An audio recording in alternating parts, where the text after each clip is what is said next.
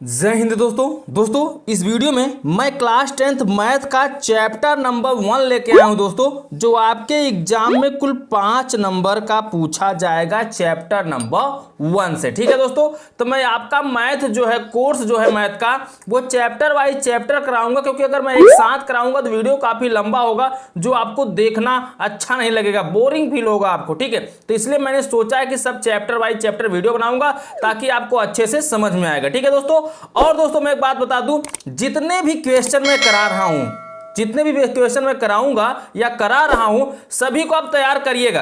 अगर आप तैयार करके एग्जाम में जाएंगे तो इसकी 100% गारंटी है कि आपका 90% प्लस रिजल्ट बनेगा। ये आप लिख कर ले लीजिए मुझसे। ठीक है, जो मैं पढ़ाऊंगा वही आपके एग्जाम में फंसेगा, इतना याद रखिएगा। जो मैं तौर तरीका इस वीडियो में बताने वाला हूं उसको आप आराम से देखिएगा, ध्यान से देखिएगा, पूरा कांस्टेंट मन, पूरा कहने का मतलब पूरा मन लगाकर वीडियो को देखिएगा ताकि आपको कोई प्रॉब्लम ना हो। अगर कोई प्रॉब्लम होता है तो कमेंट करिए, मैं आपके सभी प्रॉब्लमों का सलूशन कराऊंगा। ठीक है दोस्तों, जो भी प्रॉब्लम होगा मैं उसका सभी सलूशन दूंगा, टेंशन मत लीजिएगा। अच्छे से तैयारी करनी है क्योंकि ये बोर्ड एग्जाम है। ठीक है, अगर अच्छा नंबर यहां से आ जाएगा तो आपका फ्यूचर भी ब्राइट रहेगा। चलिए देखिए दोस्तों, सबसे पहला आप देख लीजिए, आपका पहला चैप्टर संख्या पद्धति। संख्या पद्धति के अंतर्गत आपको कुछ नहीं पढ़ना है, पढ़ना है सिर्फ वास्तविक संख्याएं। तो चलिए हम वास्तविक संख्याएं आपको बताते हैं, वास्तविक संख्याएं में क्या क्या आपके एग्जाम में आता है। तो पहले आप वास्तविक संख्याओं को समझ लीजिए, क्योंकि यहीं से आपका 1 नंबर का प्रश्न बन जाएगा। ठीक है दोस्तों, वास्तविक संख्याएं। तो चलिए देखते हैं दोस्तों, वास्तविक संख्याएं यानी रियल नंबर होता क्या है। देखिए, वास्तविक संख्या जो होता है, रियल नंबर जो होता है, यह 2 प्रकार का होता है। कितने प्रकार का होता है? 2 प्रकार का होता है। पहले प्रकार को आप समझिए, पहला जो होता है वो होता है परिमेय संख्या। क्या होता है? परिमेय संख्या। देखिए दोस्तों, 1 नंबर का प्रश्न यहीं से आ जाएगा, तो आप कहीं वीडियो को स्किप करिएगा मत, बिल्कुल से स्किप करेंगे तो आप खुद पछताएंगे। ठीक है, और दूसरा होता है अपरिमेय संख्या। तो ध्यान दीजिएगा दोस्तों, संख्याएं या संख्या कर दीजिए, संख्याएं कर दीजिए। ठीक है, क्योंकि एक संख्या नहीं बहुत सारी संख्याएं होती हैं। वास्तविक संख्याएं 2 प्रकार की होती हैं। पहला होती है परिमेय संख्याएं और दूसरा होता है अपरिमेय संख्याएं। परिमेय संख्या के अंतर्गत जैसे मान लीजिए 1, 2 या -2 या 3/5 ऐसे 11/2, तो ऐसे डॉट डॉट डॉट आप मान लीजिए। देखिए, ये परिमेय संख्या हो गया। अपरिमेय संख्या के अंतर्गत कैसे संख्या होते हैं? जो करणी में होते हैं, करणी के अंदर 2, करणी के अंदर 3, करणी के अंदर 5। अब ध्यान दीजिएगा, डॉट डॉट।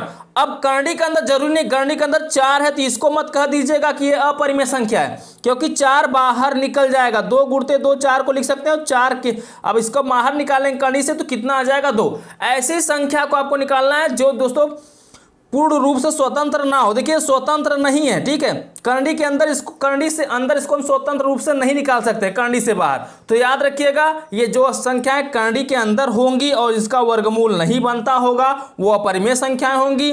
परिमेय संख्याएं वो होंगी जो दोस्तों बाकी सभी छोड़कर परिमेय संख्याएं होंगी, इतना याद रखिएगा। करणी के अंदर वाले मानों को छोड़कर जो भी सभी मान होंगी वो परिमेय संख्याएं होंगी। और मैंने आपको वो भी बता दिया है, अपरिमेय संख्या के अंतर्गत करणी के अंदर जैसे 16 दे दिया जाए तो 16 अपरिमेय संख्या नहीं होगा, परिमेय संख्या होगा, क्योंकि 4 का वर्ग 16 4 का क्या होता है? वर्ग होता है। ठीक है, इसी प्रकार से आप ध्यान दीजिएगा, जिसका भी वर्ग वाला जितनी भी संख्याएं होंगी करणी के अंदर होंगी तो परिमेय संख्या के अंतर्गत गिने जाएंगी, न कि अपरिमेय संख्या की। एक संख्या और होता है जो अपरिमेय संख्या होता है, वो क्या होता है? पाई। जैसे पाई आपको पता है, पाई कैसी संख्या है?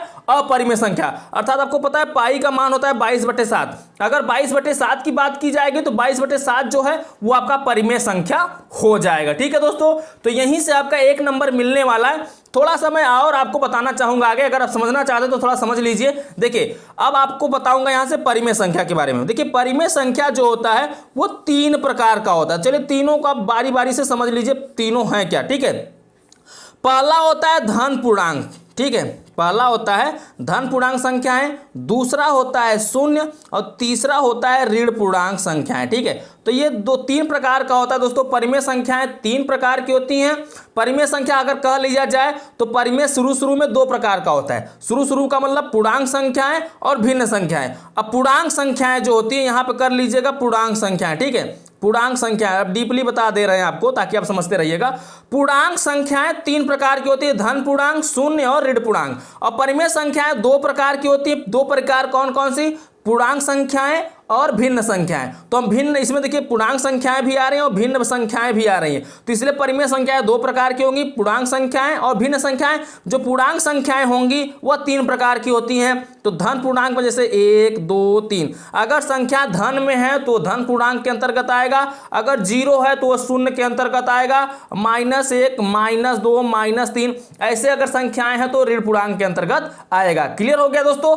उम्मीद करता हूं आपको वास्तविक संख्याएं समझ में आ गई है। अब हम चलते हैं क्वेश्चन की तरफ। क्वेश्चन को इसमें किस तरीके सॉल्व करना है, और जो मैं क्वेश्चन करा रहा हूं सब आपके एग्जाम में फंसेंगे, इतना याद रखिएगा। नहीं तो आप एग्जाम देकर आइएगा, आपको खुद पता चल जाएगा कि जो सर ने बताया था वो एग्जाम में फंस रहा है या नहीं फंस रहा है। ठीक है दोस्तों, तो चलिए बने रहिए मेरे साथ। चलिए हम क्वेश्चन नंबर 1 को आपको बताते हैं। ठीक है दोस्तों, देखिए दोस्तों क्वेश्चन नंबर 1, क्वेश्चन नंबर 1 है आपका, एक परिमेय संख्या और एक अपरिमेय संख्या का योग होता है। एक परिमेय संख्या और एक अपरिमेय संख्या। देखिए दोस्तों, अगर ऐसा क्वेश्चन आपके एग्जाम में आ जाता है, अगर मैं आपको परिमेय और अपरिमेय नहीं पढ़ाता तो आप कर नहीं पाते, आपको कंफ्यूजन हो जाता कि परिमेय संख्या क्या है और अपरिमेय संख्या क्या है। तो मैंने परिमेय भी आपको बता दिया और अपरिमेय भी बता दिया।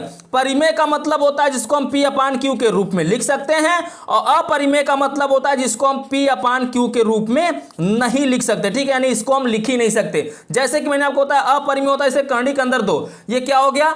अपरिमेय संख्या। करणी के अंदर 3 अपरिमेय संख्या, करणी के अंदर 5 अपरिमेय संख्या। और परिमेय संख्या क्या होता है? 1 2 3 या 5/7, यानी या पूर्णांक के रूप में हो या तो भिन्न के रूप में हो, वो क्या होते हैं? परिमेय संख्याएं होती है। माइनस में भी लिख सकते हो आप, कोई दिक्कत नहीं है, माइनस में रहेगा तब भी आपका समझ लीजिए परिमेय संख्या है। लेकिन अपरिमेय संख्या ऐसी संख्या है जो करणी के अंदर हो और स्वतंत्र ना हो, वही होंगी अपरिमेय संख्या। ठीक है, तो बोला है परिमेय संख्या और एक अपरिमेय संख्या। एक परिमेय संख्या, परिमेय संख्या हम कोई ले लेते हैं इसमें से, मान लीजिए मैं ले लेता हूं यहां पे क्या, जैसे 5/7, क्योंकि परिमेय संख्या हमेशा P/Q के रूप में होता है। ठीक है, फिर उसके बाद प्लस एक अपरिमेय संख्या। अपरिमेय मान लीजिए मैं एक ले लेता हूं करणी के अंदर 2, बोला इनका योग, तो योग का मतलब जोड़। अब इसको करिए, इसका गुणा करिए, 7 1, यहाँ पे इसके पहले 1 छुपा है तो 7 1 का 7, अर्थात 5 + 7 1 का 7 करणी के अंदर 2, और पूरे बटे कितना आ जाएगा? 7, अर्थात 5 + 7 करणी के अंदर 2/7। देखिए जो P/Q के रूप में होता है, अर्थात जो बटे के रूप में होता है, वो इतना याद रखिएगा क्या होगा दोस्तों? परिमेय संख्या होता है। अर्थात एक परिमेय संख्या और एक अपरिमेय संख्या हमेशा क्या होगा? परिमेय संख्या होगा। इतना याद रखिएगा। जितने भी क्वेश्चनों को करा रहा हूं ध्यान पूर्वक देखिएगा, इससे बाहर एक भी क्वेश्चन नहीं आएंगे। जितने भी क्वेश्चन आएंगे इसी पर आधारित आएंगे। अगर आपसे पूछ लेगा पाई कैसी संख्या है, तो पाई को अपरिमेय संख्या बताइएगा। ठीक है, चलिए चलते हैं नेक्स्ट क्वेश्चन की तरफ। Question number 2। अब देखिए दोस्तों क्वेश्चन नंबर 2, क्वेश्चन नंबर 2 है, हर के 2 घाते m गुणते 5 घाते n रूप के आधार पर ज्ञात कीजिए कि 1458/1250 का दशमलव प्रसार कितने स्थान तक होगा। आपको बताना है कि दशमलव प्रसार कितने स्थान तक होगा।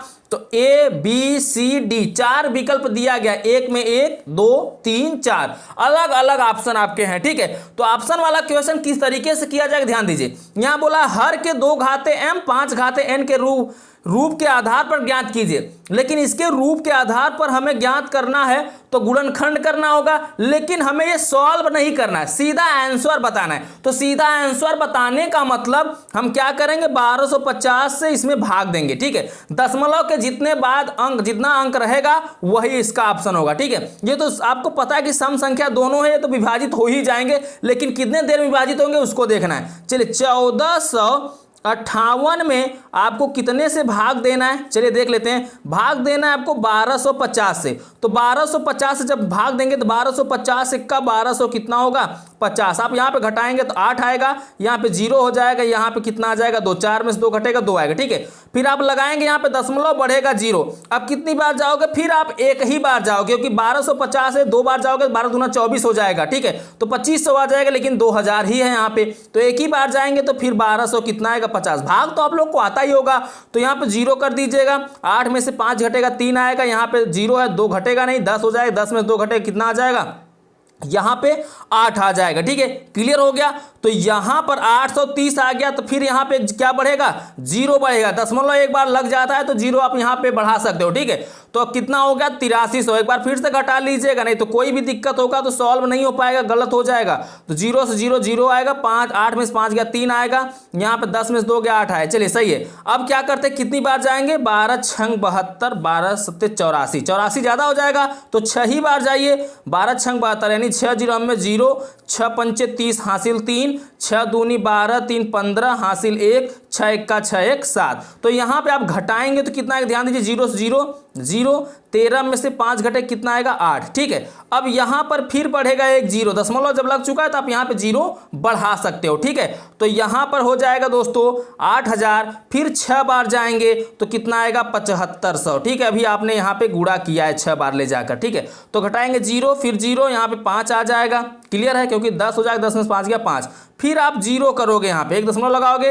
अब कितनी बार जाएगा, 12 चौके 48, हाँ 4 बार। चलिए 12 चौके 48 अर्थात 4 0 में 0, 4 पंचे 20 हासिल 2, 4 दूनी 8 2 10 हासिल 1, 4 1 का 4 1 5। तो ये पूरी तरीके से कहाँ पर विभाजित हो रहा है, बोला ना का दशमलव प्रसार कितने स्थान तक होगा, यानी पूरा कटने के बाद दशमलव कितने स्थान तक होगा। देखिए दशमलव यहाँ पे लगा है, अब गिन लीजिए 1 2 3 4, तो दशमलव कितने स्थान तक होगा, 4 स्थान तक।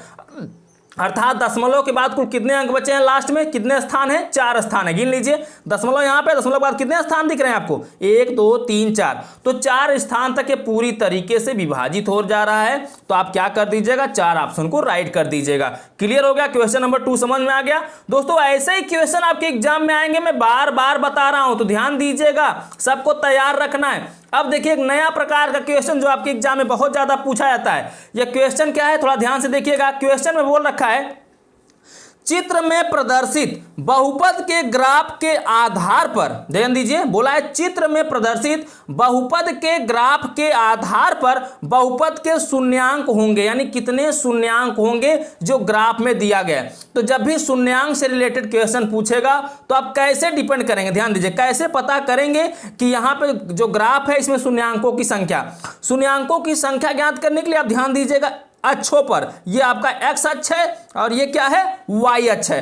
तो एक्स अक्ष वाले पे देखिए कितनी बार ये मिल रहा है, जो ये आपका तरंग के रूप में गुजरा है ये चित्र में, तो इसको आप ध्यान दीजिए कितनी बार ये टच किया है। देखिए यहाँ पर एक बार टच किया है, फिर एक बार यहाँ पर टच किया है, फिर एक बार यहाँ पर, फिर एक बार यहाँ पर, यानी अक्ष को ये कितनी बार काट रहा है, 4 बार काट रहा है। एक्स अक्ष को कितनी बार काट रहा है, 4 बार काट रहा है। तो 4 बार काटने का मतलब इसका जो ऑप्शन हो जाएगा 4 हो जाएगा। शून्यकों की संख्या कितनी हो जाएगी, 4 हो जाएगा। क्लियर हो गया दोस्तों। नेक्स्ट क्वेश्चन को देखिए दोस्तों, क्वेश्चन नंबर 4। अगर जो तीसरा क्वेश्चन था अगर वैसा क्वेश्चन आता है तो आप इसी तरीके से ध्यान दीजिएगा, क्वेश्चन को इसी तरीके से आपको करना होगा। ठीक है, चौथे क्वेश्चन को देखिए दोस्तों, इसमें बोला है किसी पूर्णांक m के लिए प्रत्येक धनात्मक सम पूर्णांक का रूप होगा।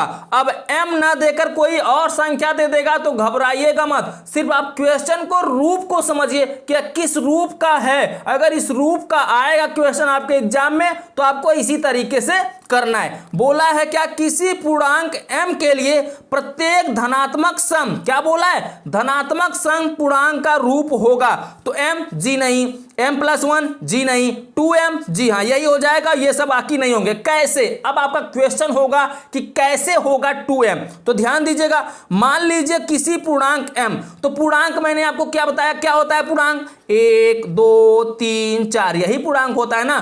तो m की जगह पर आप 1 रखो, तो यहाँ पे 2 है, 2 गुणते 1 बराबर 2, अब m की जगह पे 2 रखो, 2 दूनी 4, अब 2 यहाँ पे m की जगह पे 3 रखो तो 2 तिहाई 6। अर्थात जब भी आ रहा है सम संख्या आ रहा है कहां पर, 2m में रखने पर। लेकिन m में रखेंगे, m का मान एक पूर्णांक है, तो पूर्णांक क्या होता है, 1 2 3 4, तो एक बार सम आएगा एक बार विषम आएगा, इसलिए गलत हो जाएगा। दूसरे में रखेंगे जैसे m+1, तो m की जगह पर 1 रखेंगे, फिर +1 है तो 1 1 2 हो जाएगा, लेकिन 2 के साथ फिर 1 जोड़ेंगे 3 हो जाएगा, क्योंकि एक बार विषम एक बार सम होगा यहाँ पर भी।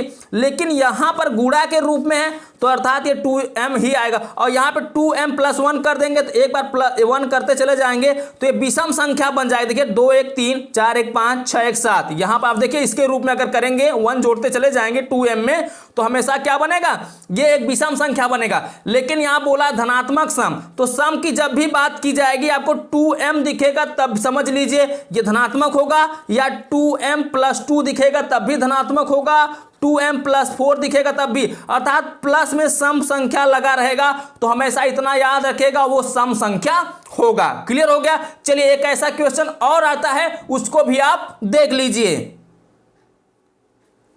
अब देखिए दोस्तों क्वेश्चन नंबर 5 उसी के आधार पर है। देखिए कैसे है, किसी पूर्णांक n के लिए प्रत्येक धनात्मक विषम पूर्णांक का रूप होगा। अभी उसमें पूछा था धनात्मक सम का, लेकिन इसमें पूछा है धनात्मक विषम का। तो अगर n पूर्णांक लिया गया है तो n होगा नहीं, क्योंकि एक बार n अगर हम ले लेंगे 1 2 3 4 5 तो एक बार विषम एक बार सम, एक बार विषम एक बार सम, एक बार विषम एक बार सम, इस तरीके से होगा।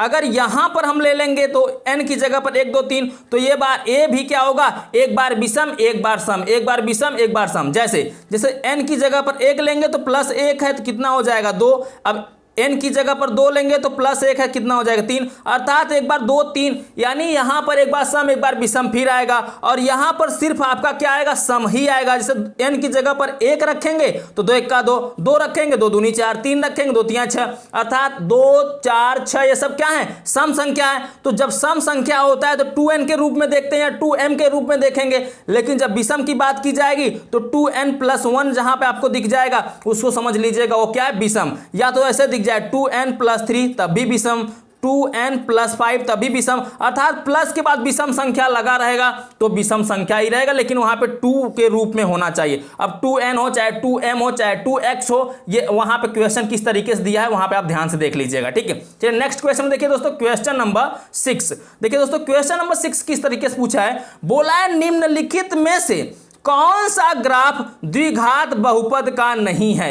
अब ये ग्राफ दिया है, आपसे पूछ रहा है कि कौन सा ग्राफ द्विघात बहुपद का नहीं है। तो द्विघात बहुपद का मतलब ध्यान दीजिएगा किस तरीके से द्विघात बहुपद को हम व्यक्त करते हैं। जैसे देखिए ये तो आपका है, ये भी है, ये भी है, ये आपका नहीं है, अर्थात इसका राइट आंसर जब मुझे करना होगा तो ये होगा, क्योंकि बोला है नहीं है तो नहीं कौन सा है, डी है। लेकिन ये सब क्या है, सब द्विघात समीकरण हैं, द्विघात ग्राफ हैं, लेकिन ये द्विघात बहुपद कौन नहीं है, तो द्विघात बहुपद डी वाला नहीं है। कैसे नहीं है, देखिए एक बार यहां पे काट रहा है, एक बार यहां पे काट रहा है, एक बार यहां पे, ये 2 से अधिक बार काट रहा है। तो जो 2 से अधिक बार काटेगा वो द्विघात ग्राफ का बहुपद नहीं हो सकता। मैंने आपको बताया कि जब 2 बार काटेगा द्विघात का बहुपद होगा, 3 बार काटेगा तो त्रिघात का, 4 बार काटेगा तो 4 घात का हो जाएगा। इस तरीके से बहुपद निर्धारित किया जाता है। ठीक है, तो ये आपका आंसर सही होगा किसका दोस्तों, डी वाले का। ठीक है दोस्तों, अगर बहुपद देखा जाए तो पहला दूसरा तीसरा तीनों है, लेकिन बहुपद नहीं है तो चौथा नहीं है। ठीक है दोस्तों, तो चलिए दोस्तों चलते हैं नेक्स्ट क्वेश्चन की तरफ, क्वेश्चन नंबर 7। अब देखिए दोस्तों क्वेश्चन नंबर 7 में बोला है सिद्ध कीजिए कि रूट में 3 एक अपरिमेय संख्या है। ऐसा क्वेश्चन बहुत ज्यादा ही पूछा जाता है, तो ध्यान दीजिएगा, अगर करंडी के अंदर 3 दे या करंडी के अंदर 5 दे दे या करंडी के अंदर 7 देकर पूछे तब घबराइएगा मत। जहां पर करंडी के अंदर 3 रहेगा वहीं पर करंडी के अंदर 5 या 7 दिया रहेगा, तो टेंशन मत लीजिएगा, सभी का रूल एक जैसा ही होगा सॉल्व करने का। ठीक है, चलिए हम क्वेश्चन नंबर 7 को सॉल्व करते, किस तरीके से सॉल्व किया जाएगा। और यहां से क्वेश्चन पक्का है आपके एग्जाम में आएगा ही आएगा, तो इसको छोड़कर कहीं मत जाइएगा, नहीं तो बाद में बहुत ही पछताइएगा। ध्यान दीजिएगा, इसको आपको छोड़कर कहीं नहीं जाना है। ठीक है, इस तरीके के क्वेश्चनों को आपको तैयार रखना है। तो बोला है सिद्ध कीजिए कि रूट में 3 एक अपरिमेय संख्या है। तो किस तरीके से सिद्ध किया जाए, ध्यान दीजिए, जब भी अपरिमेय की बात करें तो आप तुरंत मान लिया करिए। माना क्या, रूट में 3 दिया है 3 लिखे, हमेशा ये क्या होता है, एक परिमेय संख्या होता है। ठीक है, मान लीजिए करंडी के अंदर 3 एक क्या है, परिमेय संख्या है। तो परिमेय संख्या जब मानेंगे, परिमेय संख्या को हम कैसे व्यक्त करते हैं, P/Q के रूप में। ठीक है, इतना लिखने के बाद आप दोनों पक्षों का वर्ग करिए। क्यों? क्योंकि हमें करड़ी हटाना है और अपरिमेय संख्या है सिद्ध करने की बात किया है। तो लिखिए दोनों पक्षों का वर्ग करने पर, ध्यान दीजिएगा जैसे बता रहा हूं उसी तरीके से करना है और ये क्वेश्चन आपके एग्जाम में फंसेगा ही फंसेगा। तो लिखिए दोनों पक्षों का वर्ग करने पर, वर्ग करने पर, तो वर्ग करेंगे करड़ी के अंदर 3 का वर्ग हो जाएगा और P/Q का होल वर्ग हो जाएगा। तो करड़ी के अंदर 3 का वर्ग करेंगे तो करड़ी हट जाएगा और यहां पे P का वर्ग करेंगे तो P स्क्वायर और Q का वर्ग करेंगे तो Q स्क्वायर हो जाएगा। यहां पर जो Q स्क्वायर 2 बार दिख रहा है, आप ध्यान देंगे यहां पे, तो देखिए 3 अगर Q हम यहां पे भेज देता हूं, 2 बार दिख रहा है तो एक बार यहां भेज दीजिए तो 3Q हो जाएगा और यहां पे हो जाएगा P²/Q। एक अब Q स्क्वायर था लेकिन अब एक ही Q बचेगा। क्यों? क्योंकि एक Q का हमने यहां पे गुणा किया, क्योंकि यहां पे Q स्क्वायर था और हम Q स्क्वायर को क्या लिख सकते हैं, Q इंटू Q लिख सकते हैं और Q का गुणा मैंने 3 में कर दिया, यहां बचा P²/Q। अब देखिए दोस्तों, अगर हम 3Q को देखें तो 3Q जो है एक क्या है, पूर्णांक है। क्या है दोस्तों? पूर्णांक है। लेकिन अगर हम देखें P²/Q को, P²/Q को, तो P²/Q में कोई भी उभयनिष्ठ गुणनखंड नहीं है। ठीक है, तो यहां पर लिखिए कोई भी उभयनिष्ठ गुणनखंड नहीं है। ठीक है, इस तरीके से लिखिए नहीं है। तो कोई भी जब उभयनिष्ठ गुणनखंड नहीं है तो हम लिख क्या सकते हैं, तो आप लिख दीजिएगा अर्थात क्या, जो ये P²/Q नॉट इक्वल टू क्या हो जाएगा 3Q। अब अगर यहीं पे रूट में 5 रूट में 7 दिया होता तो यहीं पे 3 की जगह पर क्या होता, 5 या 7 होता। ठीक है, और कोई चेंजिंग नहीं होगा। तब जब नॉट इक्वल टू हो जाएगा, अब नॉट इक्वल टू क्यों होगा, क्योंकि 3Q के रूप में हम 1 लिख सकते हैं और P²/Q भी क्या है, कैसा दोस्तों, ये एक उभयनिष्ठ गुणनखंड के रूप में नहीं है। उभयनिष्ठ का मतलब यहां पर कोई अंकी संख्या नहीं है गिनती का। ठीक है, तो जब नहीं है तो इसका कोई उभयनिष्ठ गुणनखंड मिल ही नहीं रहा है। जब नहीं मिल रहा है तो ये क्या होगा, परिमेय संख्या आपस में हो ही नहीं सकते, आपस में बराबर हो ही नहीं सकते। जब बराबर नहीं हो सकते तो अतः हम कह सकते हैं कि यह अपरिमेय संख्या ही रहेगा, परिमेय संख्या के रूप में ये चेंज नहीं हो सकता है। तो अतः लिख दीजिए करड़ी के अंदर 3 अपरिमेय संख्या है। ये परिमेय संख्या के रूप में इसको हम चेंज नहीं कर सकते, ये अपरिमेय संख्या ही रहेगा। अतः ये आपका प्रूव्ड हो गया, प्रूव्ड करना था, ये आपका प्रूव्ड हो गया। ठीक है, इसी तरीके से आपको सॉल्व करना, ज्यादा कुछ सॉल्व नहीं करना है। अगर आपको नहीं समझ में आ रहा है तो इस फंडामेंटल को समझ लीजिए किस तरीके से मैंने किया है, क्योंकि इस पे एक क्वेश्चन आना ही आना है। ठीक है, इसी के आधार पर हम आपको एक क्वेश्चन और कराने वाले हैं, थोड़ा ध्यान से देखिएगा। और अभी तक आपने वीडियो को लाइक नहीं किया तो प्लीज लाइक कर दीजिए, क्योंकि आपका हक बनता है कि आप जब पढ़ रहे हो फ्री में तो लाइक तो कर दिया करिए। ठीक है, चलिए नेक्स्ट क्वेश्चन को देख लेते हैं। क्वेश्चन नंबर 8 में क्या बोल रखा है। ठीक है, तो 8 में बोल रखा है सेम उसी प्रकार से इसको भी सॉल्व किया जाएगा। थोड़ा मैंने यहां पे एक अंक लगाया है प्लस करके। ठीक है, क्योंकि उस तरीके से न देकर अगर इस तरीके से दे देगा तो आप घबरा जाओगे, सर तो उस तरीके से बताएंगे, बाप रे इस तरीके से आ गया। तो भैया घबराना नहीं है, जब हम आपके साथ है तो क्या गम है आपको। ठीक है, जब हम हैं तो क्या गम है। चलिए देख लेते हैं क्वेश्चन नंबर 8 को। बोला है सिद्ध कीजिए कि 3 + 2 रूट में 5 एक अपरिमेय संख्या है। यहां पर भी सिद्ध करने की बात किया है। अगर सिद्ध करने की ना बात करके यहां बोल देगा दिखाइए की, तो घबराइएगा मत, दिखाना और सिद्ध करना का मतलब एक ही है। ठीक है, तो चलिए इसको किस तरीके से सॉल्व करेंगे, ध्यान दीजिए। जब भी अपरिमेय की बात आएगा तो तुरंत आप मानेंगे इसको क्या, परिमेय संख्या के बराबर। अर्थात आप लिख दीजिएगा माना 3 + 2 रूट में कितना, ये 5 है, बराबर कितना P/Q। अर्थात जो 3 + 2 रूट में 5 है यह क्या है, एक परिमेय संख्या के बराबर है, आप मान लीजिएगा। ठीक है, अब परिमेय संख्या हमेशा किसमें लिखा जाता है, P/Q के रूप में, यानी बट्टे में लिखा जाता है। अब मानने के लिए यहाँ A/B C/D कुछ भी मान सकते हो, X/Y आपके ऊपर डिपेंड करता है, लेकिन मैं समझाने के लिए हमेशा P/Q का ही इस्तेमाल करूंगा।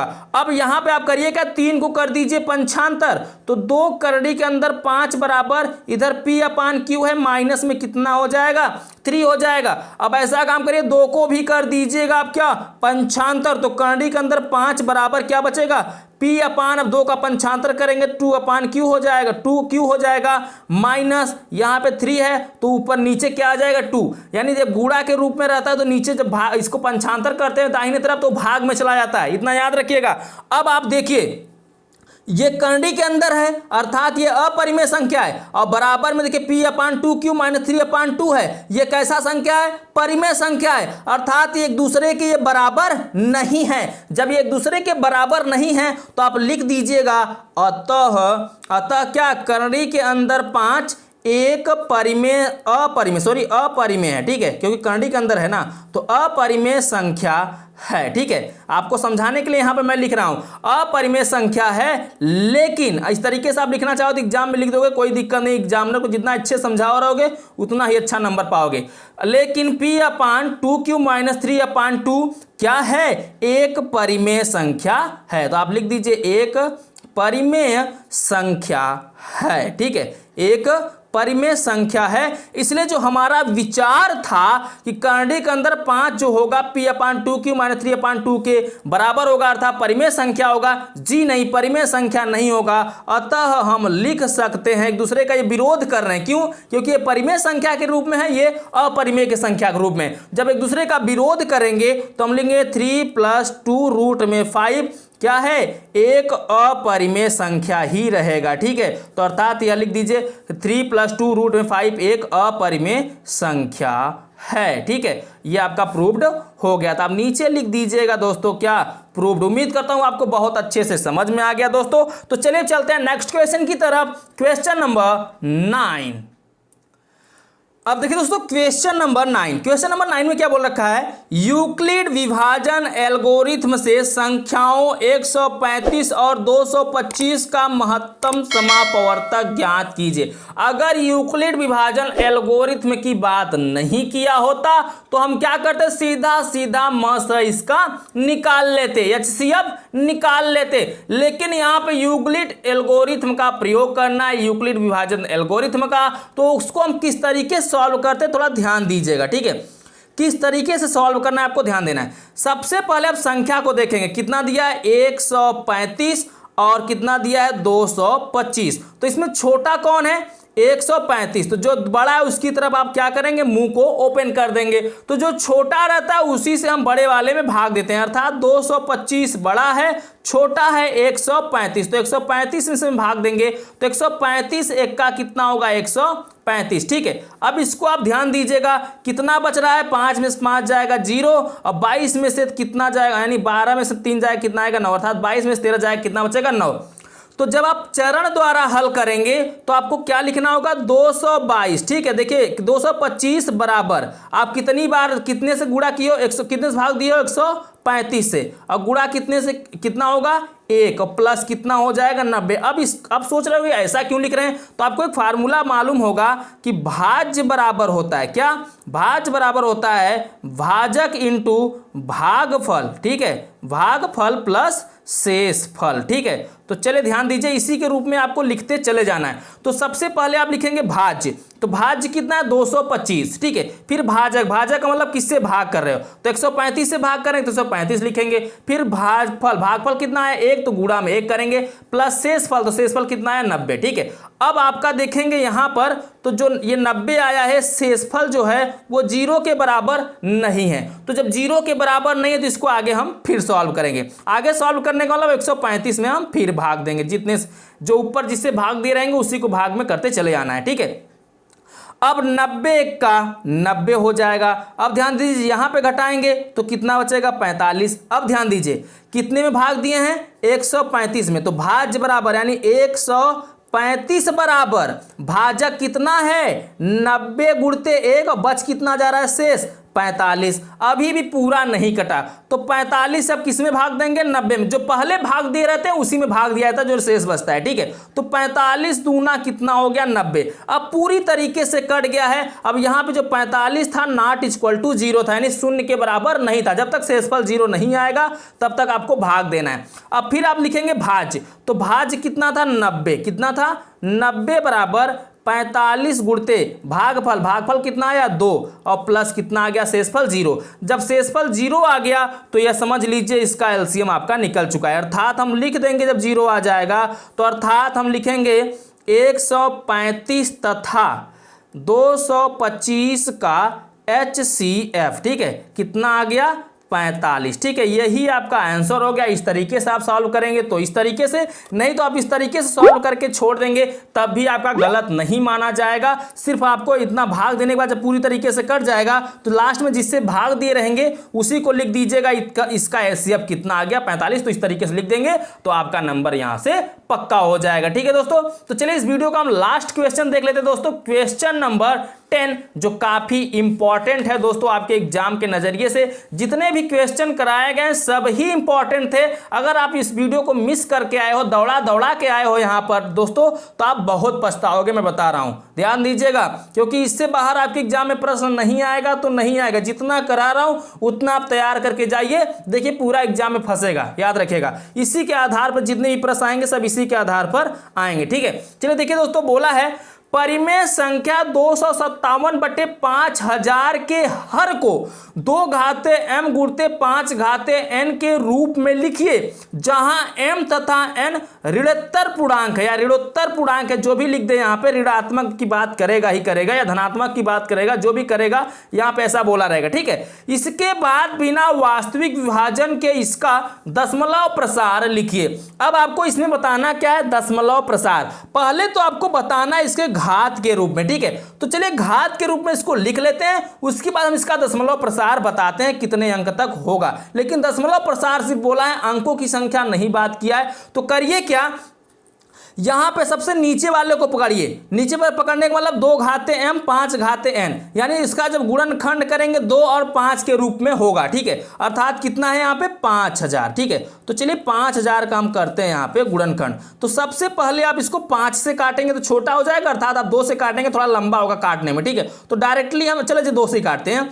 2 दूनी 4, ध्यान दीजिएगा, 2 दूनी 4, 2 पंचे 10, यहां पे पूरी तरीके से कट गया, 0 0 बचेगा। फिर आप 2 से काटेंगे, 2 1 2, 2 दूनी 4, 2 पंचे 10, फिर आपके यहां काटेंगे। फिर 2 छक्के 12, 2 दूनी 4, 2 पंचे 10, चलिए अब कट गया 2 से। अब 5 से काटेंगे, 5 1 5, 5 दूनी 10, 5 पचे 25, चलिए कट गया। 5 से काटेंगे, 5 दूनी 10, 5 पचे 25, चलिए ठीक है। अब फिर आप 5 से काटेंगे तो 5 पचे 25, फिर काटेंगे 5 1 5, पूरी तरीके से ये कट चुका है। तो अगर देखा जाए 5 कितनी बार है, 4 बार, और 2 कितनी बार है, 3 बार। तो चलिए इसको जब हम हल करेंगे तो कैसे हल करेंगे, ध्यान दीजिएगा।